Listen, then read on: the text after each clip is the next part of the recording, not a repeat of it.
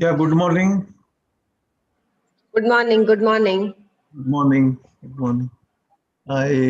So I'll be ready whenever program starts. I will rejoin. I'll be on mute and in this. Right, right. Thank you. Thank you, sir.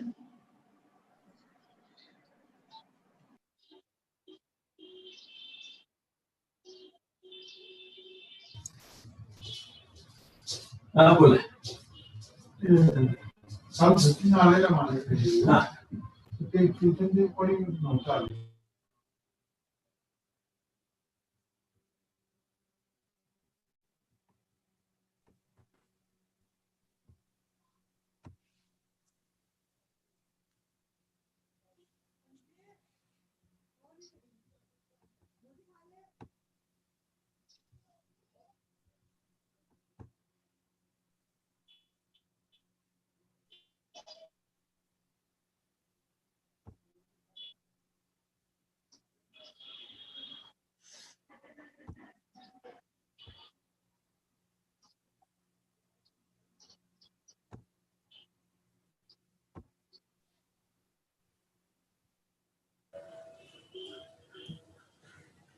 Yeah, good morning, good morning.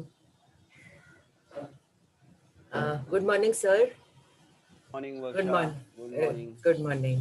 Good morning, Anushri ma'am. Good morning. Good morning, Varsha. Good morning. Good morning, Anushri. Good morning, Bhushan Patwardhan, sir.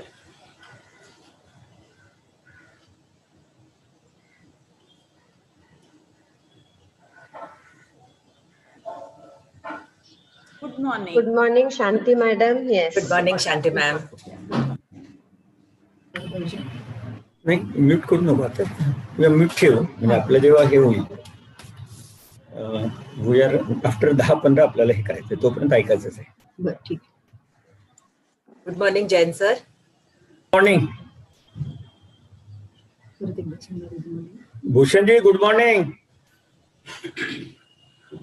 Bhushan. He is on mute, I think. Okay okay. Good morning. Good morning, Jay sir. नमस्कार. आता बघा पुण्यात राहून झूमवर आपल्याला good morning करावं लागतं. हे माझ्यासाठी चांगलं नाहीये. नाही पुण्यात नाही दिल्लीत आहे. Sir आले दिल्लीला.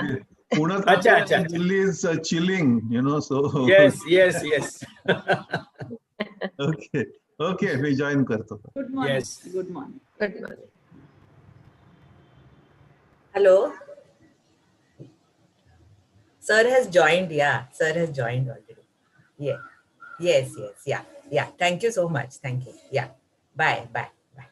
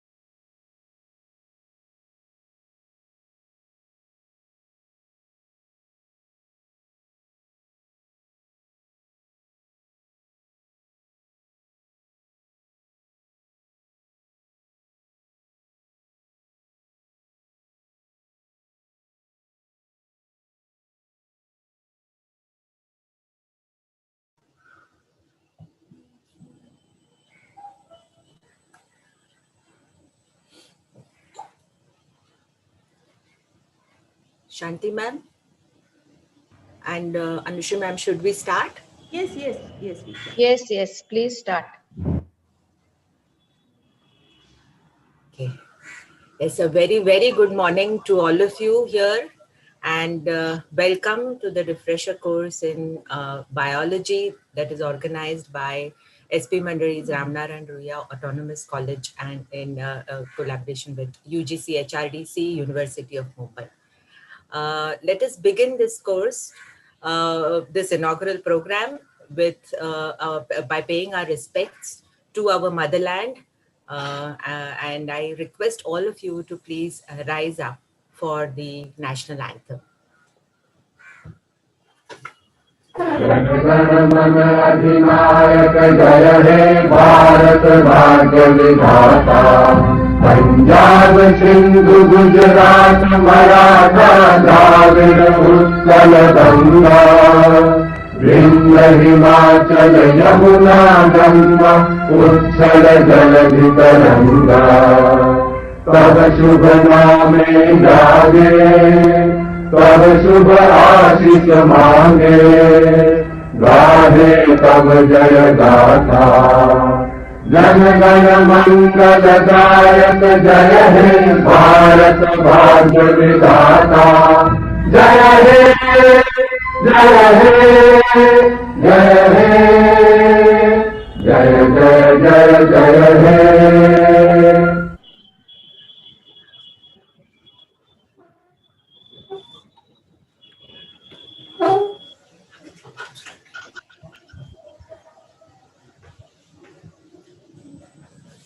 Thank you all of you.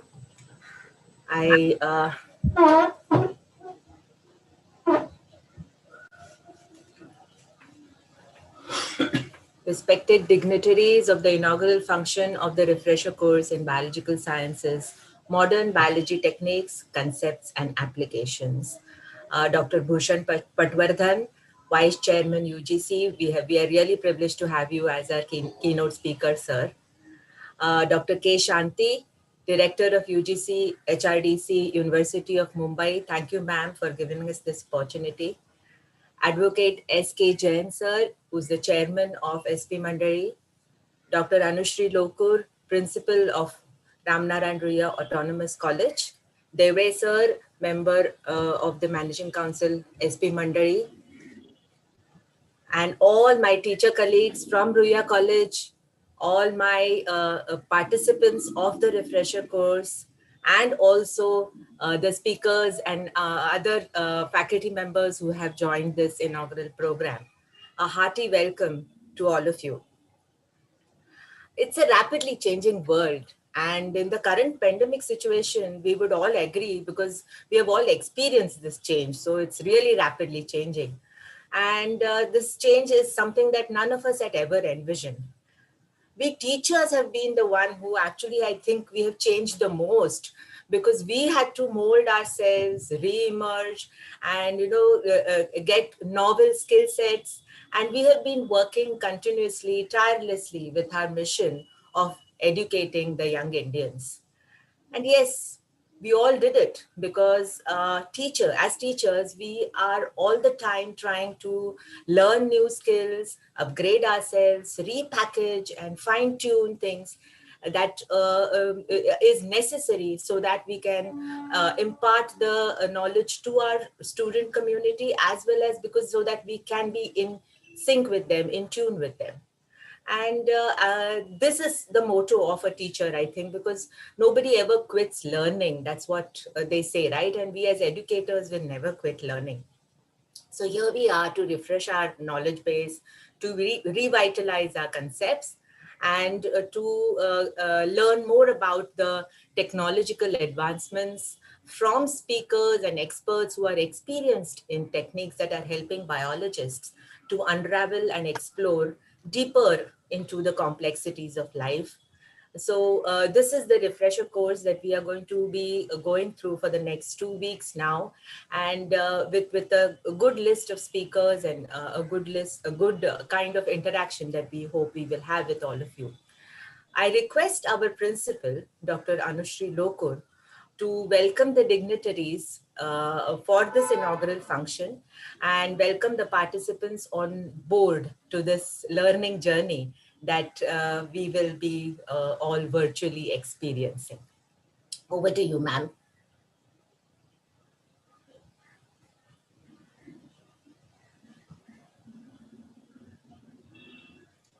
Anushri, ma'am? Yeah. Yeah, sorry, I was on mute. Sorry. Yes. Thank you, Varsha. Respected Dr. Bhushan Patwardhan, Vice Chairman, University Grants Commission, Advocate S.K. Jain sir, Chairman of our Management, Shikshan Prasarak Mandali, our member of our Managing Council, Dr. K. Shanti, Director, UGC HRDC, University of Mumbai, Dr. Varsha Shukla, Coordinator of this course, my Vice Principals, Deans, all my teacher colleagues from various colleges across India. It is indeed a very different platform and a unique situation for me to interact with you, all of you from all over India in this pandemic situation. I extend my warm welcome to all of you on behalf of Shikshan Prasarak Mandali's Ramnarain Ruia Autonomous College for this faculty development program. And I wish and I hope that in coming days, we all will come out of this situation together and in very good health. First of all, I would like to thank Shanti Madam for giving us this opportunity and believing in us to host this faculty development program. This is the second FDP that we are hosting in the recent past on behalf of UGC MHRD. I would also like to thank Dr. Bhushan Patwardhan for accepting our invitation as a keynote speaker for this FDP. I'm indebted to him for sparing his valuable time for this event. I would like to thank our chairman, Advocate S.K. Jain sir, for his encouragement and continuous support to us in all our endeavors. I hereby take this opportunity to present some of the noteworthy achievements of Ruia College in the recent past. The college, now an autonomous college for past 3 years. We are in the 4th year of autonomy now. We are affiliated to University of Mumbai and we offer core courses in arts and science with all science departments having a postgraduate and a PhD program. Some of our recent achievements include NAC accreditation in the 4th cycle of accreditation with A+ grade. We are recognized as College of Excellence by UGC. The college has been accorded Star College status for 6 departments and 6 departments are under Star College scheme by Department of Biotechnology, Government of India. We are the first college in University of Mumbai to establish Deen Dayal Upadhyay Kaushal Kendra for skill development with support from University Grants Commission. And we have 3 courses running under that and we have got permission for 4 more skill-based courses in this year. Recently, we have been recipients of RUSA grant for autonomous colleges under Component 8. These were very few of our recent achievements. I urge all of you to see our website to know more about Ruia College. This refresher course in biological sciences is designed to include various aspects of biological systems. Me being a microbiologist, this area is really close to my heart. We will discuss all the levels from the molecules to cells to organisms, all the way to ecosystems and science in society. We will cover advances in analytical instrumentation, microscopy, high-throughput nucleic acid sequencing, and proteomics. Automation in screening and new methods of drug discovery for biopharmaceuticals will also be discussed, which is the need of the hour. Study of new model systems will provide a window into understanding previously unexplored questions. A deeper understanding of interactions between different organisms and the environment will be dealt with in ecology using updated methods. While cutting-edge technologies push boundaries of science, will also cover their impact on society, which is, I think, a very, very important point that all of us need to look at. Frugal innovations, which is needed for a country like ours, with powerful fundamental ideas at their core, are included too. The lecture on bioentrepreneurship will help bridge the gap between industry, academia, and facilitate startups right from the grassroots level. Together, we envision this course will empower participants and inspire next generation scientists, innovators, and entrepreneurs. I'm very happy to share with you all that we have a total of 32 speakers from research institutions, universities, colleges, industry, and they are from all over the country. And we also have one international speaker. And mind you, all of them are experts in their own field. So I urge all the participants of this refresher course should take maximum benefit from all these speakers that they have to share with you. I'm positive that you will all benefit a lot from this refresher course. I wish you all the best. Thank you.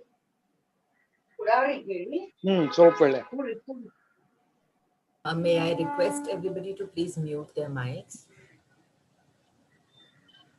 Yeah. Thank you, ma'am. Thank you very much. Thank you for introducing the concept that we are going to have all through the course, and also to acquaint everybody about the speakers who are going to be there for this refresher course. I would now request our chairman, Advocate S.K. Jain, to say a few words, but before that, I will introduce him to all of you. Advocate S.K. Jain is the chairman of Shikshan Prasarak Mandali, Pune, which is our parent body. He has been a practicing lawyer since 1972, and civil, commercial, and criminal litigations are something that he has an expertise in. He's also having expertise in international and domestic arbitration. He is also the director of Century & Co Limited, and he is on several bodies which are associated with Savitribai Phule University in Pune, as well as with many NGOs and various institutions that are working towards education. So may I request Advocate S.K. Jain to please address the gathering. Honorable Shri Bhushan Patwardhan ji, Dr. K. Shanti, Principal Lokpur, other dignitaries who are participating and deeply taking interest to fulfill the dream of our beloved Prime Minister to have a Atmanirbhar Bharat. And I think that one of the important steps is to come together and discuss new developments, new technologies in the field of life science and healthcare. Coincidentally, I was going through a newspaper articles in Times of India today, where I found that there was a statement that there is attractions among the students far ahead than IT and other sectors, that they are attracted towards life science and healthcare. Now, this is the part where I will say that society has accepted the importance of this science more so. It was already there, but now the talents are also coming towards this particular part. I say that this seminar will help to not to have only interactions, but to have a development, recent development at national and international level. Again, I will say that it is necessary that our experts in this field will have interactions that how can we meet the challenge of the new development of Corona and other parts are concerned. As you must have seen that for last 8 to 9 months, we were facing the challenge of Corona. But then recently in a month, we said that the corona is changing, and again the new corona or other concept of corona is coming. This is the one aspect. Then the scientists are having a challenge that how to go on doing research, finding the ways to protect the humanity or the society at large. As it can be said that the scientists of India, they have accepted the challenge, and we must congratulate them that the 2 vaccines in this field were successfully brought it and the permissions had been given. This is the way, this is the intelligence, or this is the authority of the Indian scientists, which world also will recognize, and our world has given number 1 to our Prime Minister Narendra Modi to lead the country in this field, or to lead the international community in this field. It has been said that it is his dream that he wants to take the India ahead of any other countries at international level. How that dream will be fulfilled? This can be fulfilled by all educationalists, and especially the scientists in biological, microbiological, pharmaceutical, and other sectors.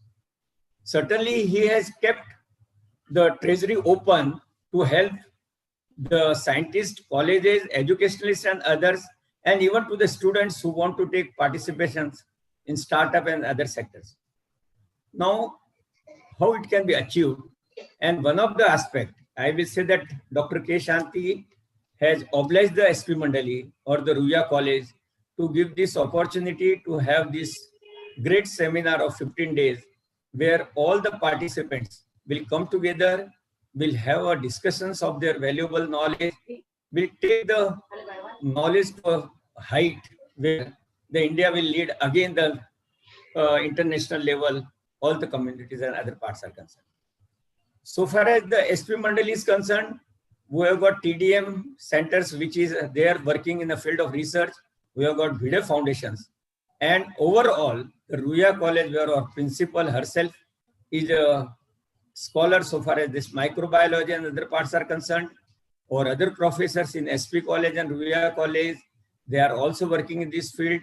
Bhide Foundation is another one, which is working in a field of the research and development for Ayurvedic.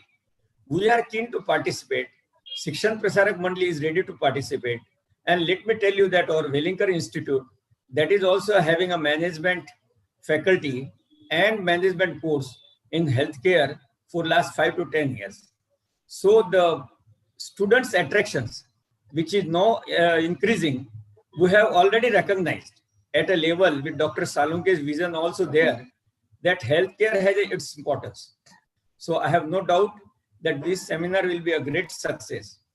This seminar will help the society at large to resolve their problems. This seminar will give answer to the various problems at national and international levels. This seminar will give opportunity to the students to have knowledge more and more. And further, I will say that this seminar will also be a leading factor to increase the tendency of the professors to work for more and more for R&D. This seminar also will make it possible or will encourage the Shikshan Prasarak Mandali or other trust, educational trust, pharma industry and others, that whatever R&D they are doing, they have to add more and more resources to them so that for each and every problems at international level, India could give an answer. At present, we are, even though saying that we are looking at other countries for the purpose of some solutions. The world is changing fast. There is a challenge, global challenge from others. And yes, we are ready to meet this challenge. And this seminar will be one of the important steps in this field. With these few words, I again give thanks to the organizers to give me an opportunity to participate with you, and also best wishes for the participant. Certainly it will add to their career. Thank you. Thank you so much, sir. Thank you for your encouraging words. And also, I would like to just mention here that we are having some sessions which are related to the pandemic that we are now having, and also some of the participants will be giving presentations on that. And I really agree with you, sir, that we as biologists now are playing a major role under these circumstances in combating not just combating, but also to overcome various kinds of other issues that are going to be associated with the pandemic situation.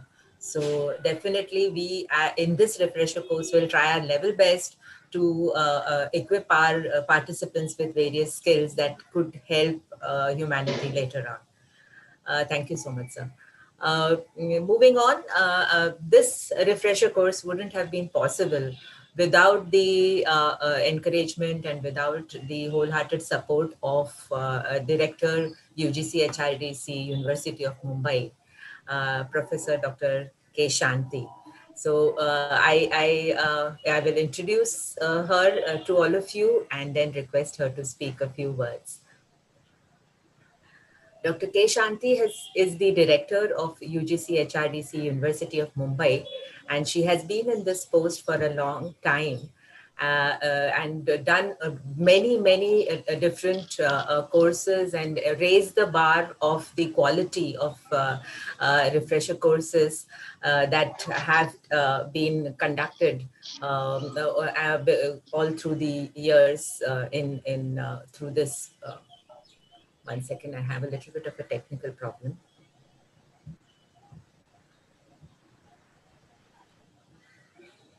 No, ma'am, we can hear you. No, it's not that. I can't see the window. Okay, yeah.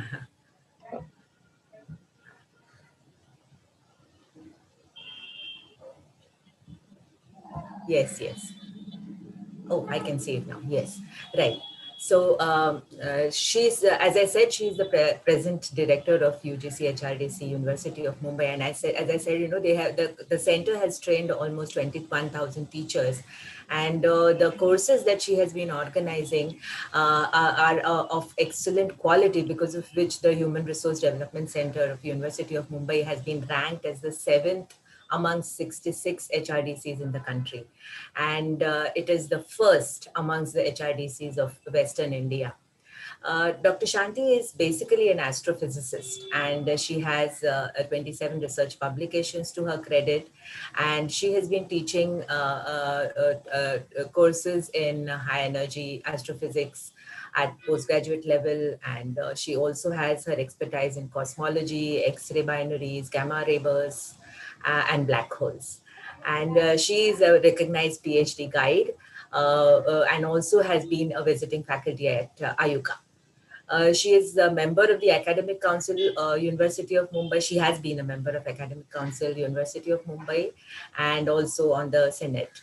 And currently she is serving as the advisory committee member of several other UGC HRDCs in the country. She has, as I said, you know, she has carved a niche for herself in the field of higher education through her rich experience in academic administration, teaching and research. And it is under her leadership that the University of Mumbai Center of UGC HRDC is reaching these heights.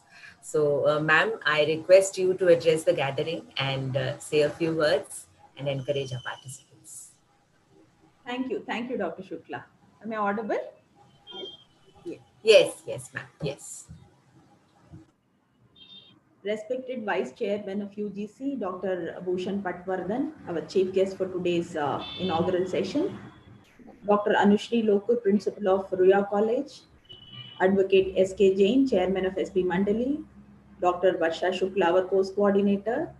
Other faculty members of Ruia College, and dear teacher participants.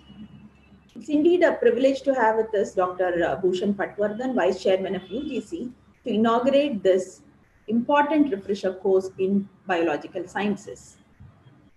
As we all know, Professor Patwardhan is a world-renowned biomedical scientist with several Indian and foreign patents. He has published several research papers in various journals, which have been widely cited. We are indeed fortunate to have him here with us today, as all of us will get the benefit of his expertise and guidance. Thank you, sir, for sparing your valuable time for us. We are also happy that Advocate Jain, Chairman of SP Mandali, has set apart his valuable time to join us on this important occasion.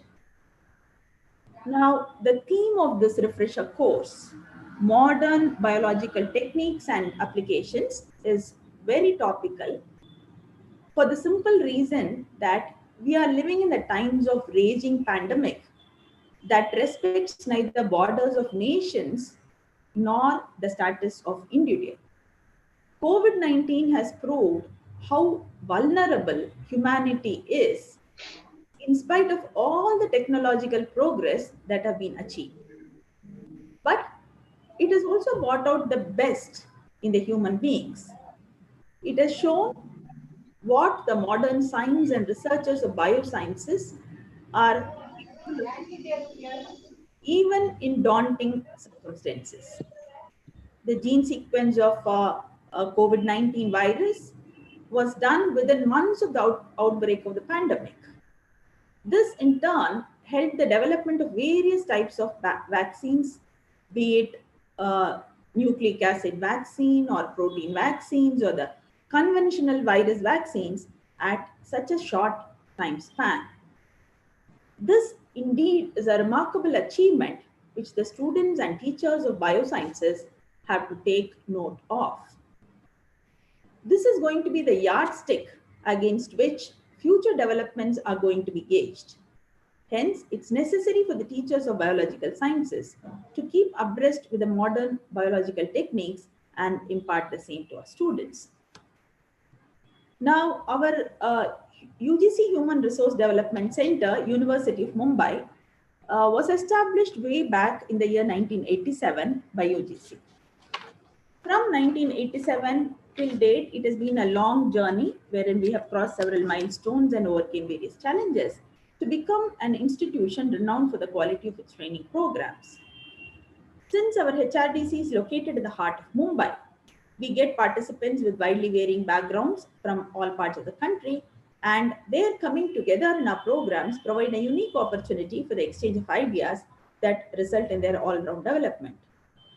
We are also able to draw our resource persons from renowned institutions like TIFR, TISS, BARC, IIT, ICT, industries, government bodies, and cultural centers, in addition to the faculty from our university departments and colleges. And these unique features make our programs attractive and widely appreciated by the teacher participants. We have so far conducted 137 orientation programs, 326 refresher courses, and other short-term courses benefiting more than 21,000 teachers. The popularity and quality of our programs became apparent when all HRDCs were reviewed by NAC, and we were ranked 7th amongst 66 HRDCs in the country and also rated as a performer. We are also ranked first amongst the HRDCs of the Western region, that is amongst the states of Maharashtra, Goa, and Gujarat. This was also recognized by the Ministry MHRD as we are the only HRDC in Maharashtra to receive grants under RUSA, under faculty development component, for training and for training infrastructure, and several teachers like you are reaping the benefits of these programs. Our HRDC has created excellent infrastructural facilities like new smart classrooms, virtual classroom, computer labs with 100 computers, seminar halls, library with books and e-resources using the RUSA grants to HRDC in the new center. Last year, our HRDC was identified as a National Resource Center by MHRD, and we have conducted an online refresher course in economics on Swayam portal. Thus, we have conducted several programs under the sponsorship of UGC, RUSA, and MHRD, and we are indeed very happy to take up these responsibilities. However, all these achievements would not have been possible but for the unstinted support and encouragement that we have been getting from the authorities of the university, the state government, the UGC, and MHRD, and also dedicated coordinators and resource persons of high caliber. We have one such coordinator in Dr. Varsha Shukla, who has put in a lot of efforts in designing those courses along with her entire team. We are thankful to Ruia College and its management for taking the responsibility of conducting this refresher course.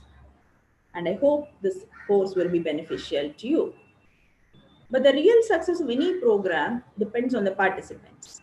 Hence, I would request you to fully utilize this opportunity and get the maximum benefit from this course by not only interacting with the resource persons, but also amongst yourselves, so share your ideas and perceptions with each other. I hope this course will enrich you professionally and that you'll be able to impart some of it to your students also. I wish you all the best. Thank you. Over to Dr. Shukla. Thank you, ma'am. And I hope that our course that we are organizing at our college becomes one of the courses where we impart the same kind of quality in the refresher course to all the participants. Now we move on to the most eagerly awaited session in terms of the academics. And I request my colleague, Dr. Mayuri Rege, who is a DST Inspired Faculty Fellow in the Department of Microbiology at Ramnarain Ruia Autonomous College, to introduce our keynote speaker, the Vice Chairman of UGC, Dr. Bhushan Patwardhan. Thank you, ma'am. Good morning to all the dignitaries and the participants. Of course, our chief guest for today requires no introduction, but for all the students and newcomers, I would like to highlight some of his key achievements. Professor Bhushan Patwardhan has over 20 years of experience in academic and education governance at many universities and institutions. His teaching and research has been in subjects like biochemistry, pharmaceutical biology, Ayurveda, nutrition, and environmental health. He has made original research contributions in evidence-based Ayurveda, especially in Ayurvedic biology, ethnopharmacology, natural product drug development, and integrative approaches to improve the public health system. His pioneering work on novel concepts such as therapeutic adjuvants, IUSOF, IUgenomics reverse pharmacology, network pharmacology are widely recognized. He is a fellow of the National Academy of Sciences, Allahabad, as well as the National Academy of Medical Sciences, New Delhi. Currently, he is the chairman of the Indian Council of Social Science Research, New Delhi, and a member of the National Board of Examination.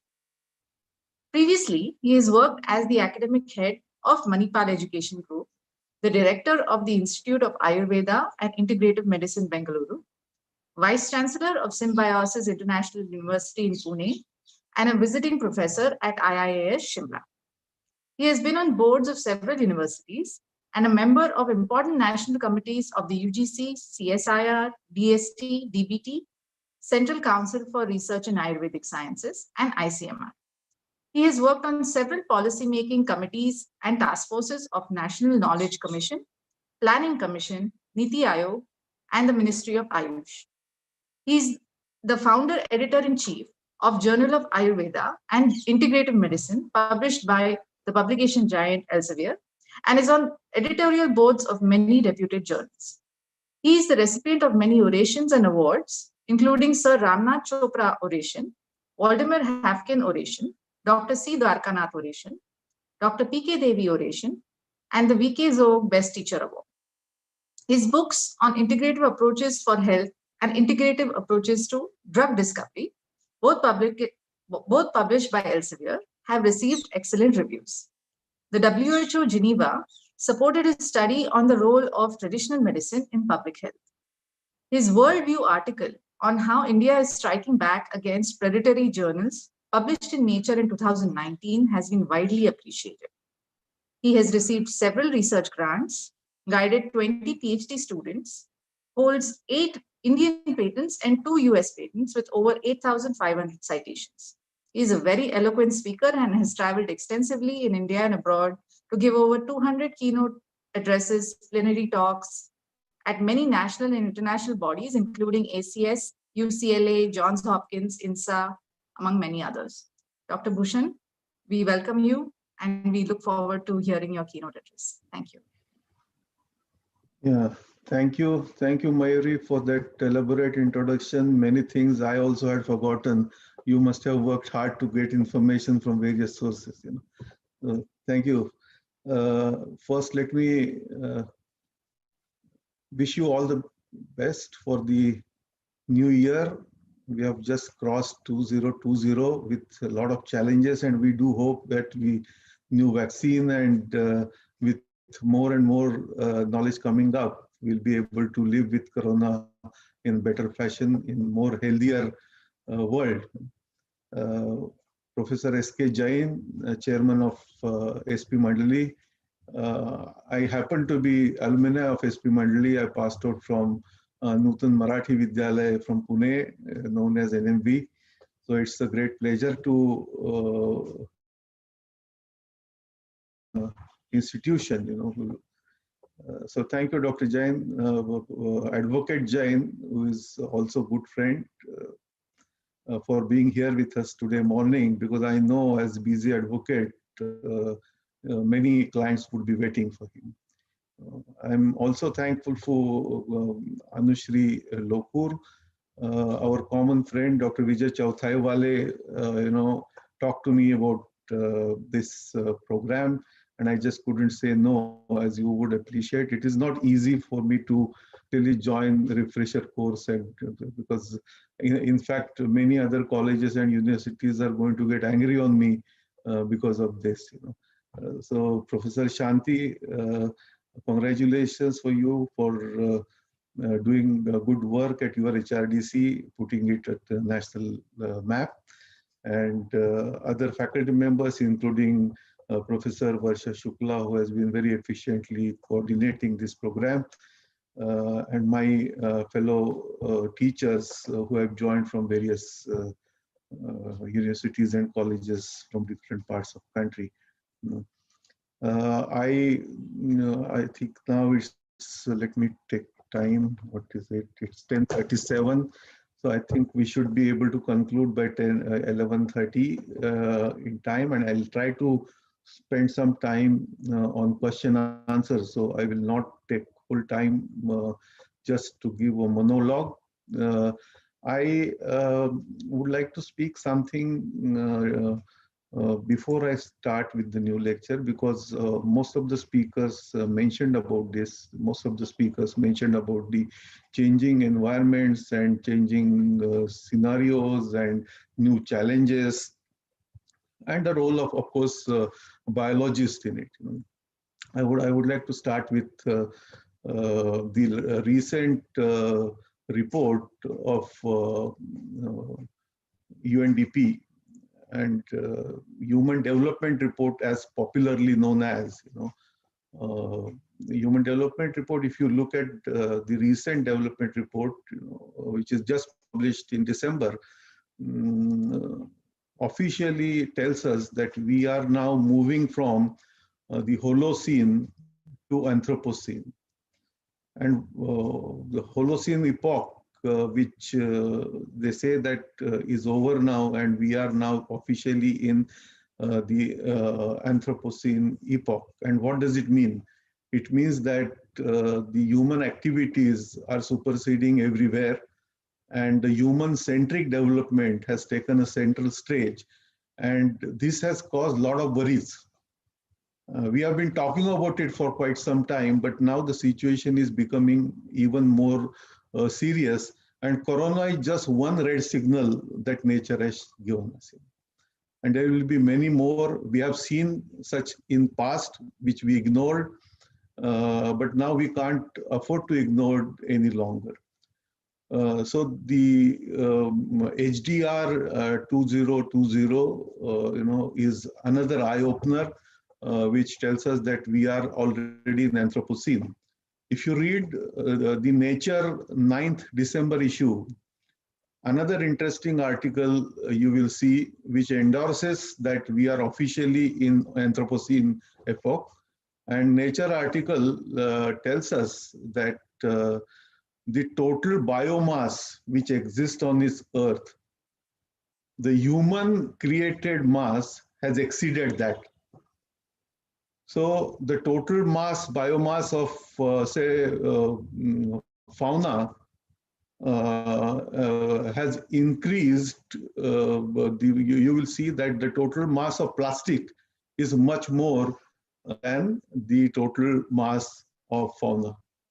And if you take total mass of flora, then I was also surprised to read that, which is really worrying, that the total mass of concrete on this earth has surpassed the total weight of the mass of fauna. So these are simple looking things, but are really worrying, that this kind of addition of human-centric so-called development is becoming unbearable for this earth.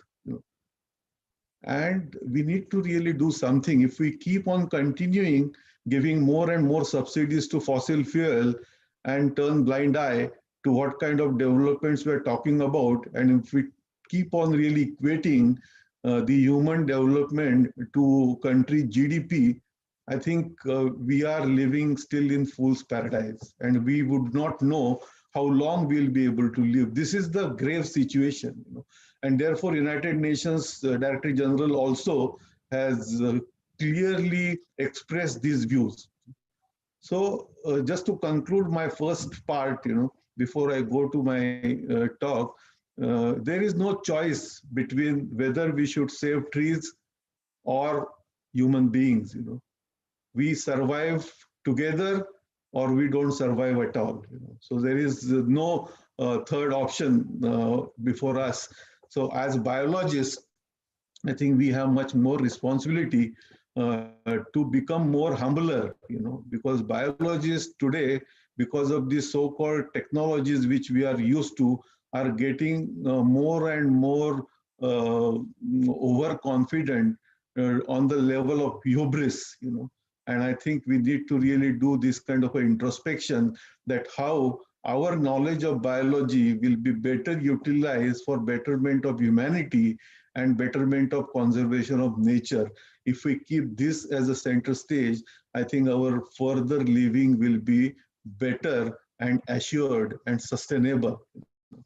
I must tell you that whether it is Corona or SARS or many other microbes, because I know that more and more microbiologists are there in today's session, so I will add one more point related to microbiology. I must tell you that all these are not new microbes. If you go to Burgess Manual, you will find that they existed for several years. Now, why all of a sudden many microbes have started showing existence in human being? It is not because purely of genetic mutations, but it is because the human activities have created new pathways, and so that through these new pathways they are able to reach to us. And zoonotic causes may be just one of the many causes, So at the same time, I mentioned about hubris, and I want to give you one example of this hubris. In 1975, I still remember the words of Surgeon General United States. Surgeon General of United States in 1975 made a statement in United States Congress. So you would understand the seriousness of this statement. It's not a casual statement. Statement made by the highest authority in the health and the highest legislative body in the United States, which happens to be the richest and most developed country according to us. And the statement was, very interesting statement for microbiologists. The statement was, time has come now to close the book on infectious diseases. Mark this time, 1975. And if you look at what happened after 1975 till 2021, you will find practically every year, we have been blessed with new disease. Many of them we may not even remember. It's not just about plague or such other diseases we showed erupted in India, or AIDS or Ebola. Every year, new disease or new kind of expression of known microorganisms or new life forms we have witnessed. So Corona, I would say, is not really surprise. It is bound to happen, and if we don't wake up, we will get more and more problems and disturbances in our lives. So we have to learn the new normal of looking back to us, and Corona gave us this opportunity to looking back, because all of us were running, aimlessly to something which we also don't know where we are running. And Corona has given us this opportunity to really take a pause and think, what are we really doing? What is this development? What are we looking at? And what are our objectives? And I must tell you that when we think about it, I go back to Bharatiya philosophies, not only Vasudhaiva Kutumbakam, which our Prime Minister talks about, but the harmony, the respect to nature, all this, what we learned from our Bharatiya Jnana, becomes very, very handy here. And we need not learn all these things only from Westerners, because unfortunately, we are carrying that monocultural dominance on our mind of thinking that only knowledge that comes from West is right and is higher quality, which is not true. I must tell you that the depth, the richness of the Indian knowledge system, or I would like to call it as Bharatiya Gyan Parampara, because the moment I talk about India, we start from 1947, to which I disagree, because India is not 1947 onwards. Bharat has a great tradition, and we all should feel proud of it. But that proud feeling should not get so large that we start living in a world of self-pride and past glory and start telling the world that we know everything. That is not the intent of this. The intent of this is that, as biologists, I would request all of you to go back to our knowledge systems and try to find out those small little gems of knowledge, bring them back in our laboratory, study them, and tell the world that we knew it thousands of years ago. You did not know it, and this is how it functions. So take a leadership position and not just telling, oh, we knew it, we knew it. Whatever we discover, others discover, we knew it.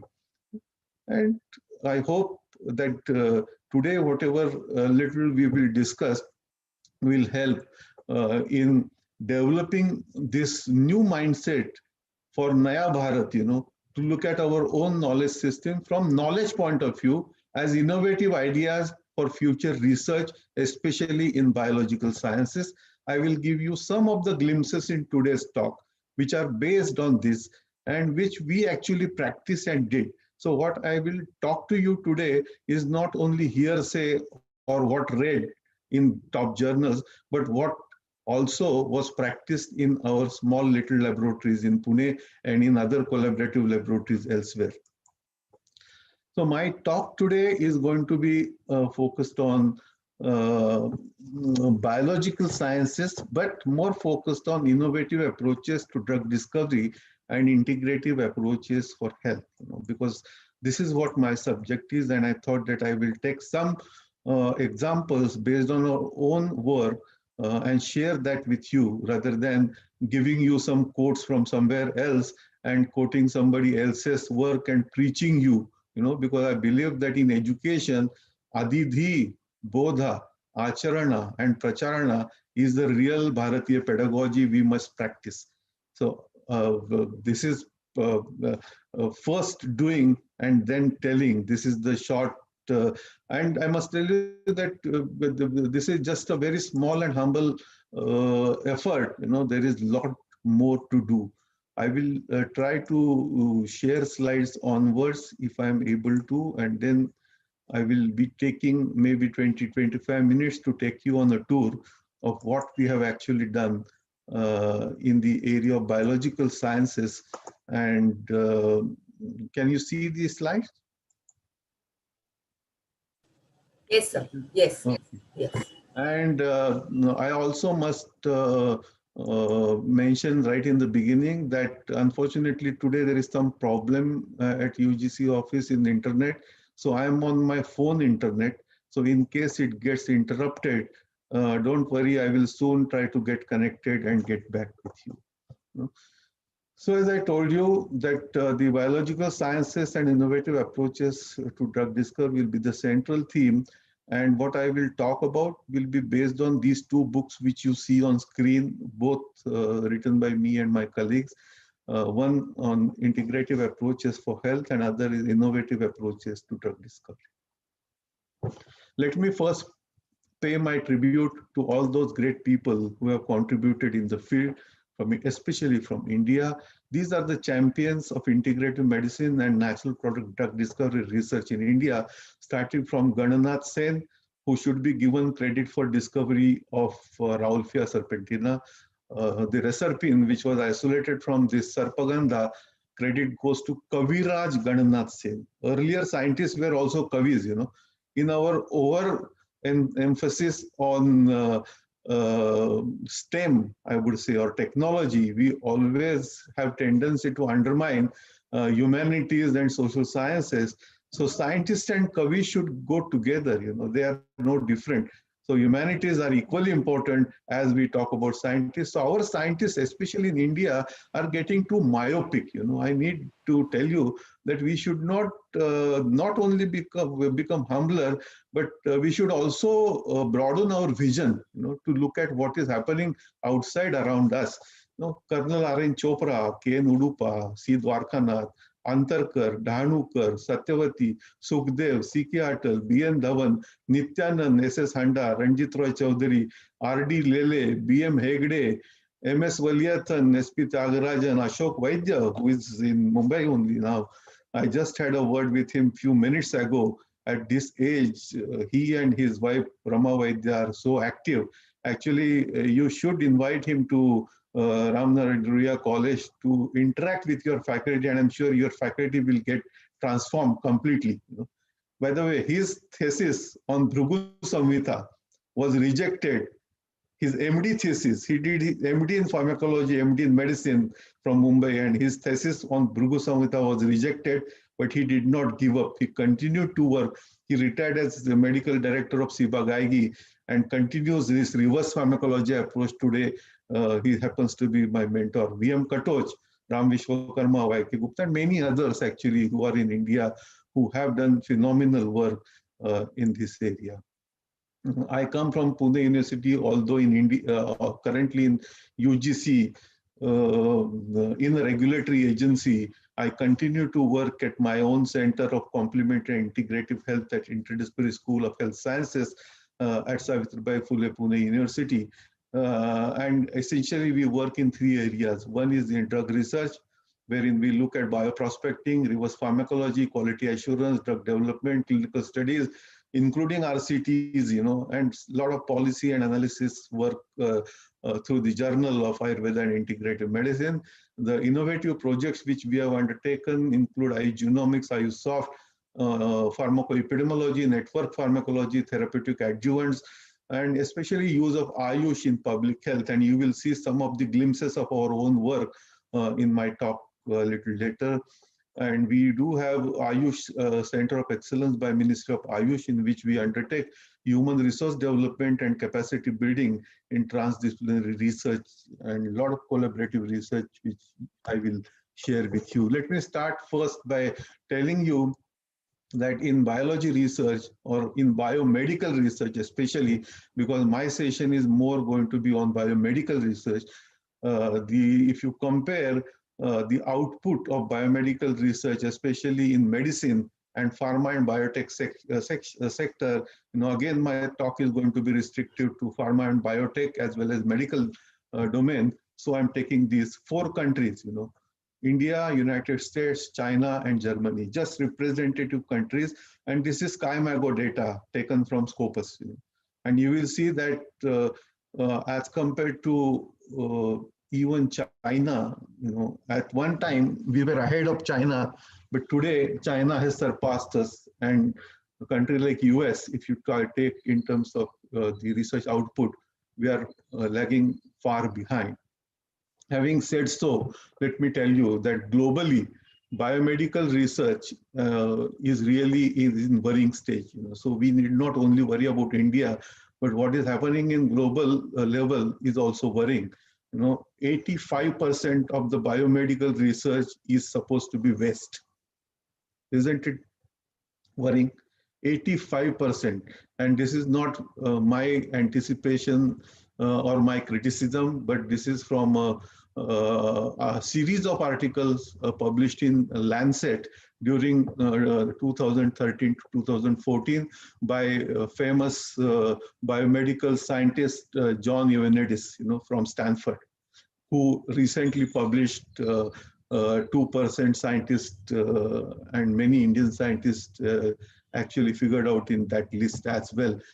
So he heads the center called Matrix or Meta Research Innovation Center at Stanford, and he showed that 85% of the research in biomedical sciences is of no use to anyone. And so my another friend David Moher, who published article in Nature under the title "Stop This Wastage." Stop this wastage. We are wasting animals, we are wasting reagents, we are wasting money, we are wasting time. What are we doing? Biomedical scientists, we should ask this question. Part one of my talk is going to be innovative approaches for health. When we talk about health, let me tell you that although the advances in biomedical research are significant, still we are encountering lot of problems which remain unresolved. Diet, lifestyle, socio-behavioral changes are happening. We are facing double burden of disease and epidemics, which we are even witnessing as we speak. Not only corona, but even we are not being able to control malaria, dengue, and other diseases.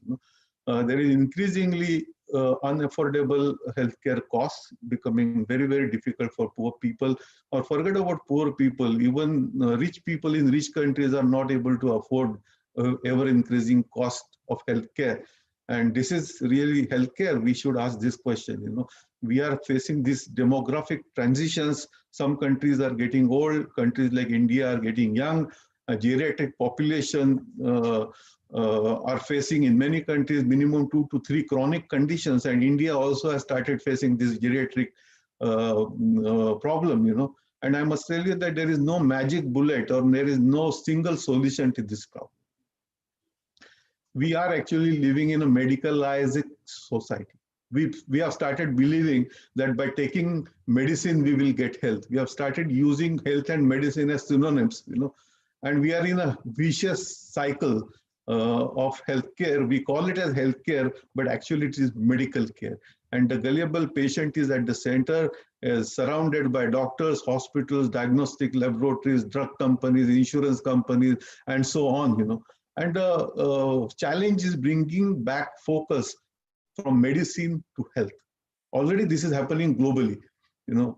For instance, the National Center for Complementary Integrative Medicine at NIH, has recently changed name to National Center for Complementary and Integrative Health.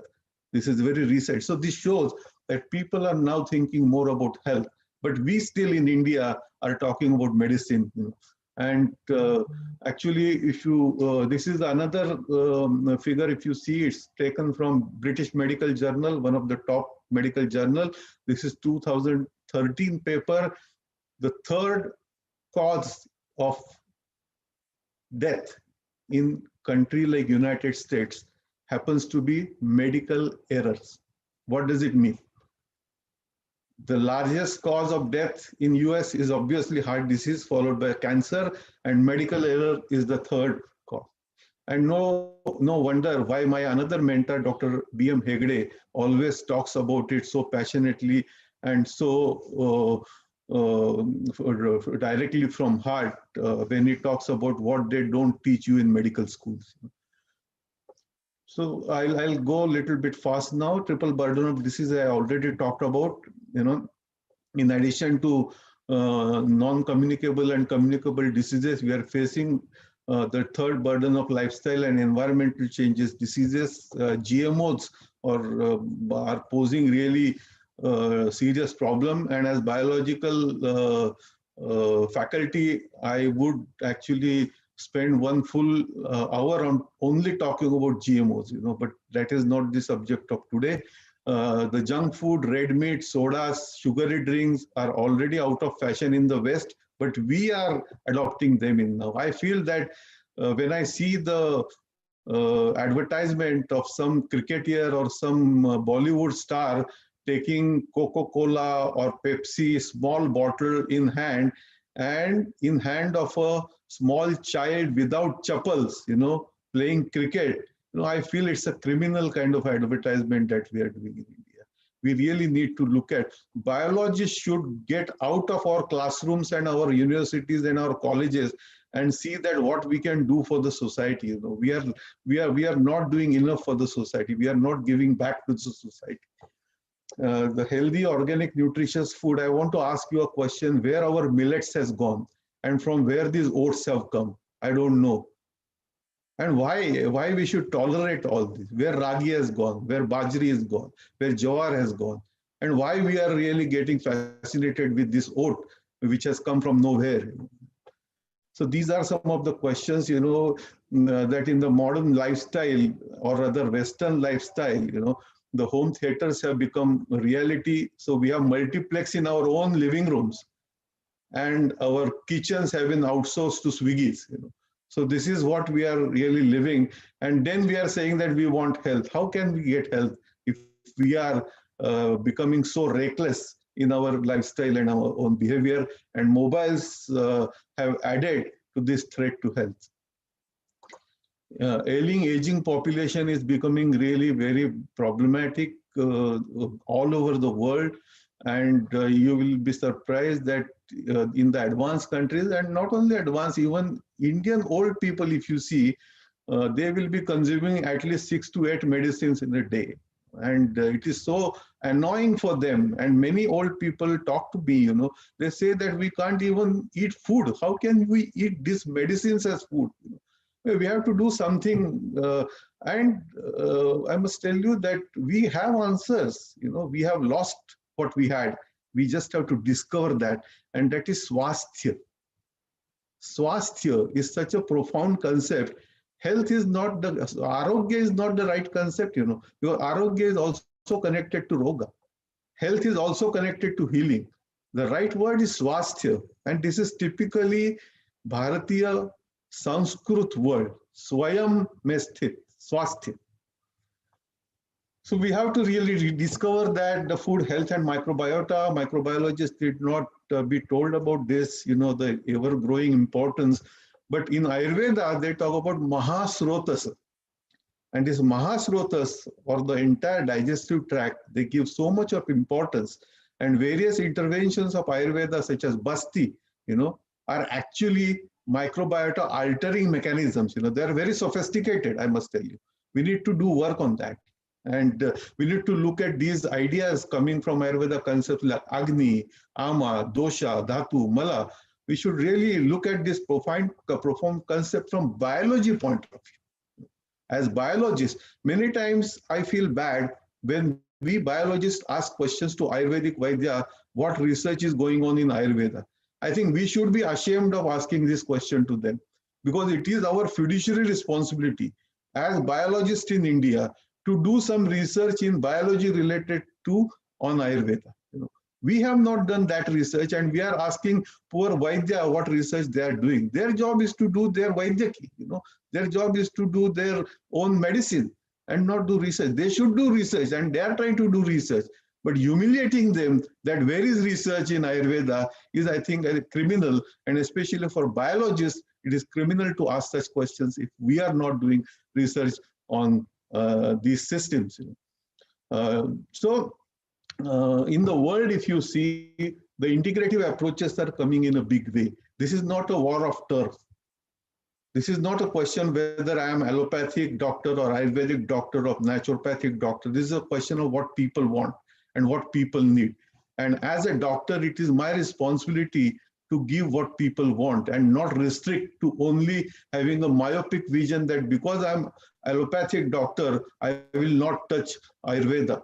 Because as allopathic doctor, I should know that new diseases or lifestyle diseases such as diabetes cannot be managed only by giving insulin or metformin.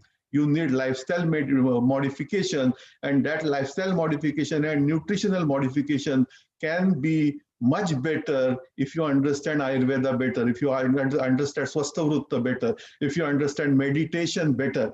Because if medicine physically or physical medicine is there for body, the medicine for mind is meditation, and we should not ignore that. We have been ignoring completely the power of mind to heal ourselves. So these are the approaches which we have discussed in the books which I mentioned about. People need really simple ways to achieve health and prevent disease. Healthy diet they need healthy lifestyle, mental peace and relaxation. They just don't need prescriptions and pathology report from you. So this is something, the new integrative approaches will involve corrective surgery, emergency medicine from allopathy, and holistic concepts from traditional knowledge systems such as Ayurveda, Yoga, Unani, Naturopathy, Siddha, homeopathy, you name them. We need to ask this question, that we talk about healthcare, but are we really giving healthcare? We are actually pushing people in a scenario of healthcare. Our business, and be a scientist, and I'm being very blunt, as scientists, our business, or as our doctors, our business is to scare people. We are scaring people. And based on their scare, we are trying to do our business. But we must remember that no business which is depending on the agonies of people can be sustainable. We cannot boast that my Honda City this year is because of SARS. This is shameful for us. We should not do that. So healthcare, look at this advertisement which you see on your screen. This is advertisement which is scaring people. Do you have high blood sugar? If you have that, you are likely to be diabetes, amputation, this, that, organ failure. What are we doing? So on one side, because there is very high level of research that is happening, there is high level of evidence, which is good. No, more and more research we must do to get more and more evidence. So evidence-based medicine is required. High level of evidence is required, but the commercialization which is tagged with this is worrying. So as the level of evidence is going up, I must tell you that level of ethics is going down. And that is what is more worrying. Level of ethics is going down. And next example I'm going to give you is this story of statin. You may know this. If you go to Time Magazine archive, look at this issue of 1984 Time Magazine with a cover egg and caption cholesterol. And Time painted cholesterol as a villain. And obviously, cholesterol was bad. It is bad. It is not good LDL cholesterol. HDL is good. But in 1984, Time Magazine, why it painted cholesterol as a villain and told us not to eat egg, not to eat butter, and stay away from ghee and everything, because that year, statin was ready to be introduced. American Cardiology Association changed the whole norms, and statin, red carpet treatment for statin was given. Lovastatin was introduced in 1987.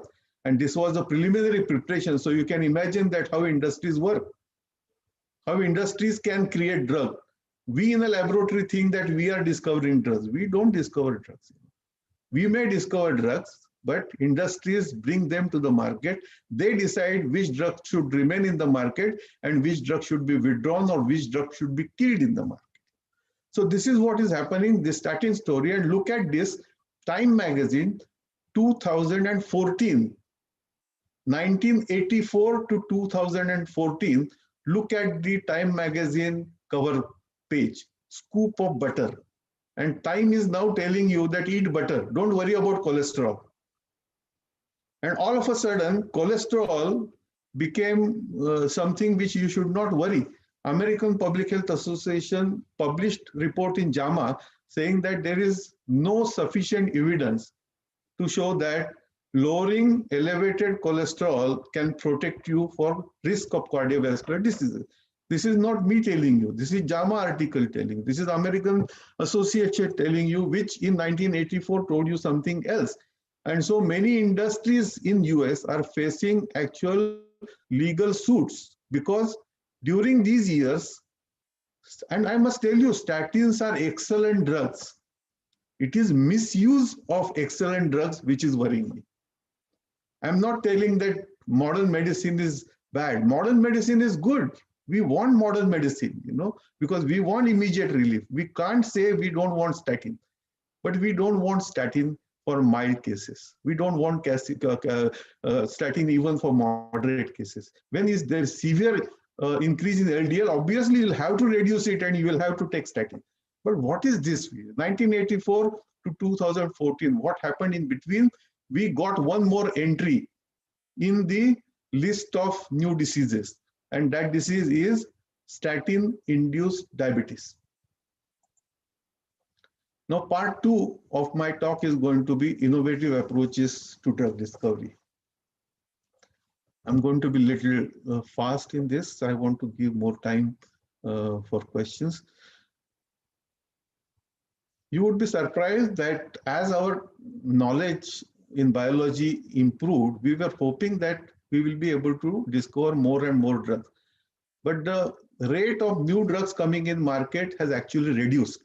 And not only reduced, but the rate at which the marketed drugs were withdrawn from market, that is after FDA has given you permission, you have put that drug in the market, and because of some side effects, drug will have to be withdrawn. Such drug withdrawal from market has increased during last decade. And that is primarily because of various types of toxicity, mostly hepatotoxicity and cardiotoxicity.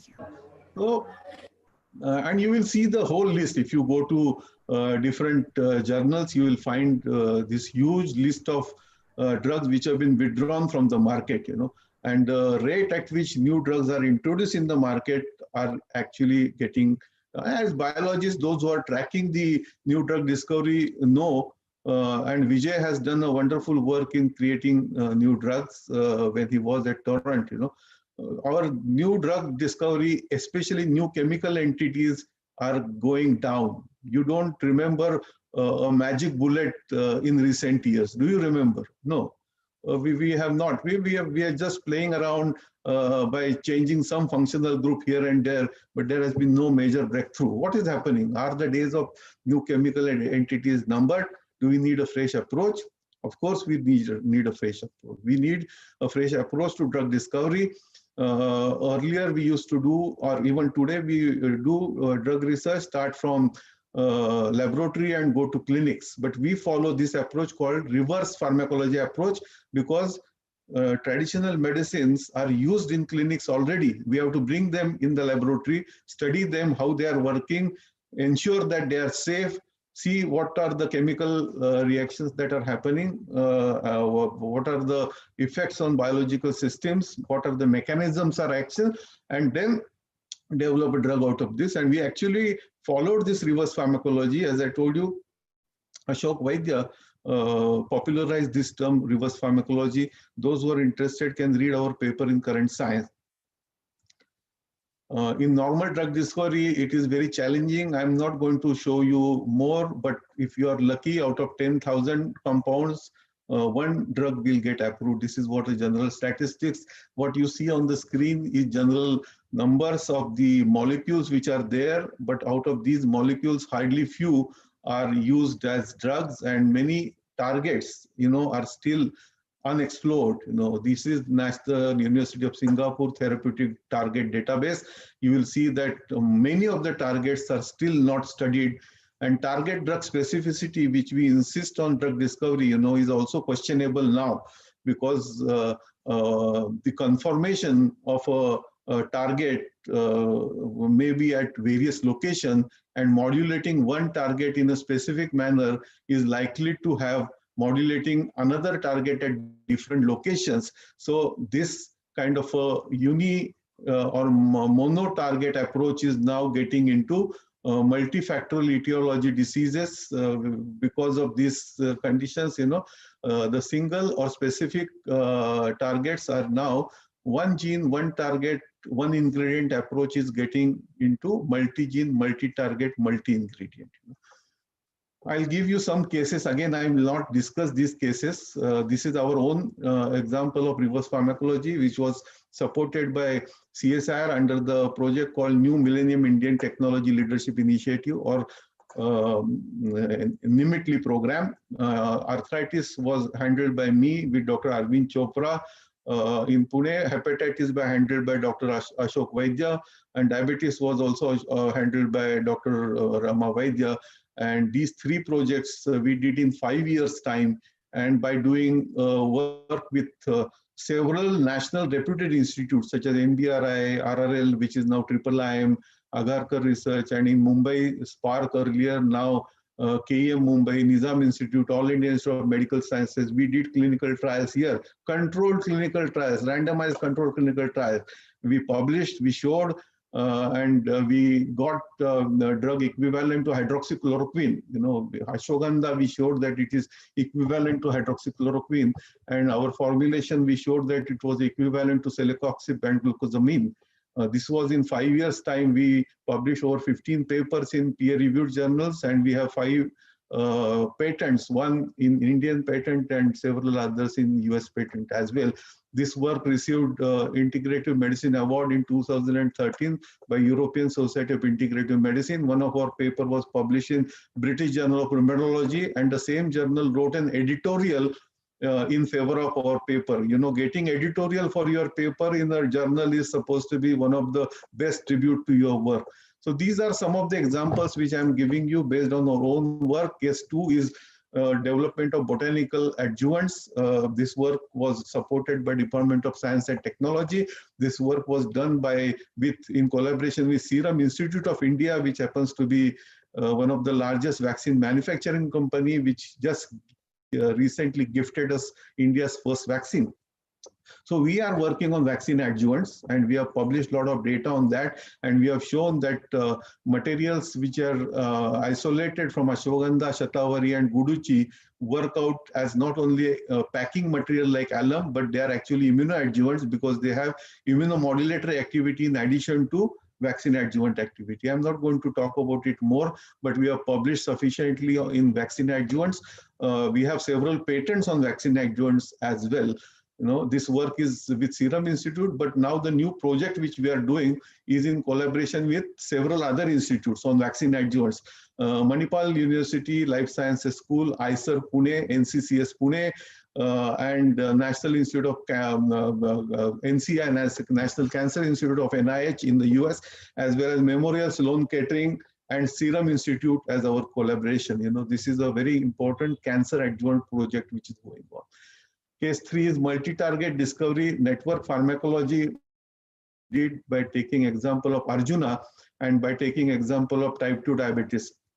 Again, I'm not going to explain you in detail, but we showed that Arjuna has effect on several targets, unlike metformin, which may act on one target, or unlike other anti-diabetic drugs, you know, which may work on, say, PPR gamma, or maybe some other targets. If you look at this metabolic chart of diabetes, a small component of that, you will find that the red dots, which are Arjuna, are distributed, whereas the metformin or other anti-diabetic drugs are acting only on one target, such as GLUT4 or whatever you want to say. So this is called as network pharmacology. This means that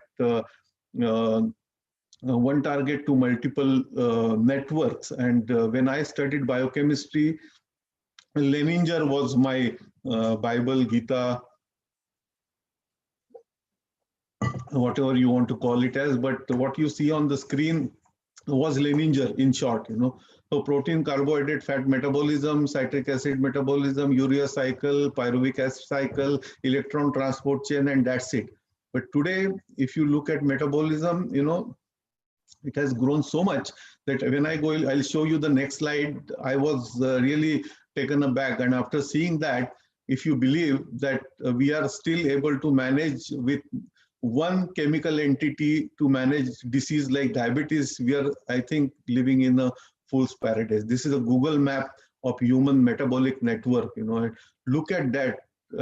one small section here, maybe the earlier Leninger chart which I showed you will just fit it to a small dot over this Google Human Metabolic Network. You know, this was produced by UC San Diego, and this is known as Recon. The Recon 2 is also there now with 7,400 reactions, almost 1,800 genes, estimated to be 20,000 protein encoding genes in the human genome. So pharmacology, when I studied pharmacology at Hawking, pharmacology was more about receptors and drugs, agonists and antagonists, stimulants and suppressants, and dose-response relationship. But today's pharmacology is all multidisciplinary. Today's pharmacology, you need to understand chemistry, you need to understand cell and molecular biology, you need to understand genetics. So pharmacogenomics has emerged as a major field. So network pharmacology essentially looks at gene, target, and drug, and you can develop different networks. I'll show you example of one network. This network is Triphala. One Triphala, just combination of 3 myrobalance, can be used for different conditions. Question is why and how. Look at this. This is a pharmacological network of Triphala. This talks about different bioactives which are present in Triphala. These bioactives are connected to different diseases and different targets. You know, so this is how we get. So when we developed this kind of a network of Triphala, we were so happy. This is as good as when we developed our first HPTLC herboprint, you know, for standardizing herbal extract. Now, these are various kinds of network pharmacology you can do. We have published a lot of work on network pharmacology. Those who are interested can have a look at it, you know. Case 4, I'm going to really quickly go through it. Ashwagandha, this is about ashwagandha.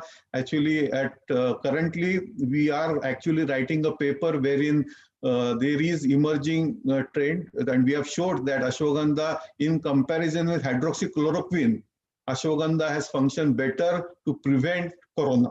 These results are in the publication stage, so I will not talk more about it. But ashwagandha as a adjuvant in cancer, because in cancer chemotherapy, when you take chemotherapy, there is a myelosuppression, and we have shown that ashwagandha can counter myelosuppression. We have currently, as I told you, this research is going on at many prominent institutes in India. I think there is radical rethinking going on in healthcare, and people all over the world, including industries, are getting more and more convinced that just focusing on creating new drugs is not going to be sufficient, but we need to focus more on health, more on immunity, more on inflammation, more on mental health. These will remain key drivers, and integration of pharmacology and physiology is going to be the future. For biologists, it is a good news, because biologists, actually, we keep pharmacology as well as physiology at equidistance, and microbiologists will be playing immense role, because not only microbial resistance has emerged out as one of the very, very serious problem, but because of this new avatars of different microbes which are coming up, responsibilities of microbiologists is even getting more and more. I will end my talk by showing you this paper of, because there are many teachers, I always end my talk, be it on any subject, I end with these 2 slides. Please stop this wastage. Think 10 times before you take any kind of a study in hand, you know, whether it is worth doing it. And if you are doing it, then be aware of these thugs which are there with predatory journals who will sell ready-made PhD thesis to you, who will sell ready-made publications to you. Please don't go in that trap. You know, please don't publish in these predatory journals by paying. Please stop, pay and publish. This culture of pay and publish, as teachers, we should, so UGC care list, all of you should follow, and we should ensure that you don't compromise publication ethics and research integrity at any cost. With this, I wish all the best to all the teachers who are here, and I congratulate Principal Lokur for this wonderful refresher course in biological sciences. I wish you all the best. Namaskar. Dhanyavad. Thank you very much, Professor Patwardhan, for that talk. You covered a lot of topics. We do have time for a few questions. So I'm going to start with Dr. Ketan Thatte's question, which is, what is the solution to bridge the gap between Ayurvedic medicine faculty and botanical researchers? Do you have any ideas about that? Because it's not like there's no research on botany going on, but there is clearly a gap between the two. The gap is we biologists should start reading which is not in our biology textbooks. So biologists should read Charak Samhita. Once we start reading Charak Samhita, you will get many new ideas. And I will tell you my own. I did not talk about it. The Ayugenomics case, which I should have presented. In 2000, I hypothesized that Ayurvedic concept of Prakriti has genetic connotation. And at that time, because we had a rheumatoid arthritis cohort of patients, we did at that time, Kalpana Joshi, who is a classmate of your principal, Tanushree Lokur, and she actually worked with us, and we showed that HLA-DRB1 gene polymorphism, the allele distribution was statistically different in Vat Pitta Kapha. For the first time, we got a solid support in terms of traditional concept from my modern biology point of view. And today, that small little work which Kalpana did in a small little laboratory in health sciences with first PCR brought in Pune University in 2013 has become 100 crore plus Ayugenomics project supported by CSIR, and many other institutes are now working in Ayugenomics. So one small idea with very, very medium-sized laboratory, very, very limited resources. But we don't need all the time, I must tell you, we don't need high throughput technology. Correct. What we need is high throughput thinking. So my plea to all of you is start thinking independently. Don't get hooked on to ready-made ideas, which we many times borrow from the West. There is a lot of original stuff in our own knowledge system. Look at it seriously. Don't laugh away. It is very easy to ridicule them. That is not the job. It is for our own self. You will get new ideas of research if you read Charak Samhita. Okay. Thank you. I agree completely. And also, I should mention that Dr. Kalpana Joshi is one of the speakers in our session. So it was very wonderful. Yes. Dr. Veena Salvi asks, can we correlate the increase in neurological disorders with the changed trend in consumption of fats? Yeah, one-to-one, it is very difficult because you need a lot of studies. But obviously, what we are facing today is our own creation. A lot of things. For example, neurological condition, when we talk about it's a very broad term. But even if you take a small part of it and look at memory, after mobile phones and easiness to store phone numbers in mobile has come, I have forgotten all that I used to do by heart. Practically over 100 telephones were in my brain. I have lost them completely. That's right. If you don't use it, then you lose it, right? That is our biology law, no? Yes, absolutely. I think one last question, and then we'll have the vote of thanks. So Dr. Mandali Sambhare asks, sir, what would you advise microbiologists to focus research on so that we can explore our ethnic knowledge base? Yeah, actually, microbiologists, they have so many avenues to do, so many avenues. Microbiome is one of the very recent opportunity which is coming to you. So you can do that. Microbiologists also can go back and in environment, try to do something, for betterment of environment. Actually, microbiologists have a huge role to play today in health, in environment. I would say that these are the two top fields for microbiologists, not only industrial microbiologists, not only fermentation, increasing alcohol production. Okay, you can do that also, but these are some of the most important points.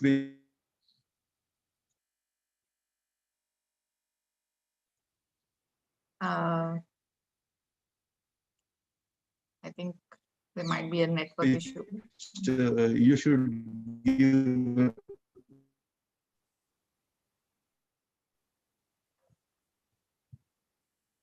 Okay. Thank you, sir. I think we lost you at the end, but I got the gist of what you're saying. All right. So thank you very much for a very thought-provoking session covering a lot of topics. Here we'll stop to take the vote of thanks. So we thank our chief guest, Dr. Bhushan Patwardhan. We would also like to thank the director of UGC HRDC, Professor K. Shanti, the chairman of SP Mandali, Advocate S.K. Jain, member of Managing Council, SP Mandali, Devre sir, all of them for gracing this special occasion with their presence. I would also like to acknowledge Principal Dr. Anushri Lokur, Dr. Annamma Udanath from ICT, Dr. Shashi Kumar Menon, Dr. Jesse Pius, Dr. Sachin Palekar, Mr. Sachin Rajgopalan, and Ms. Akifa Ansari for help with speaker selection, curating the content, and course organization. We thank the IT team led by Mr. Mahavir Aravya and Mr. Abhijit Gole, and all our speakers who have graciously accepted our invitation to speak in this refresher course. Finally, I would like to thank all teachers, all participants, and students who joined us for this session. Thank you all for your attention. We will conclude this session here. Thank you. Thank you very much to all. I request now, since we are dot on time,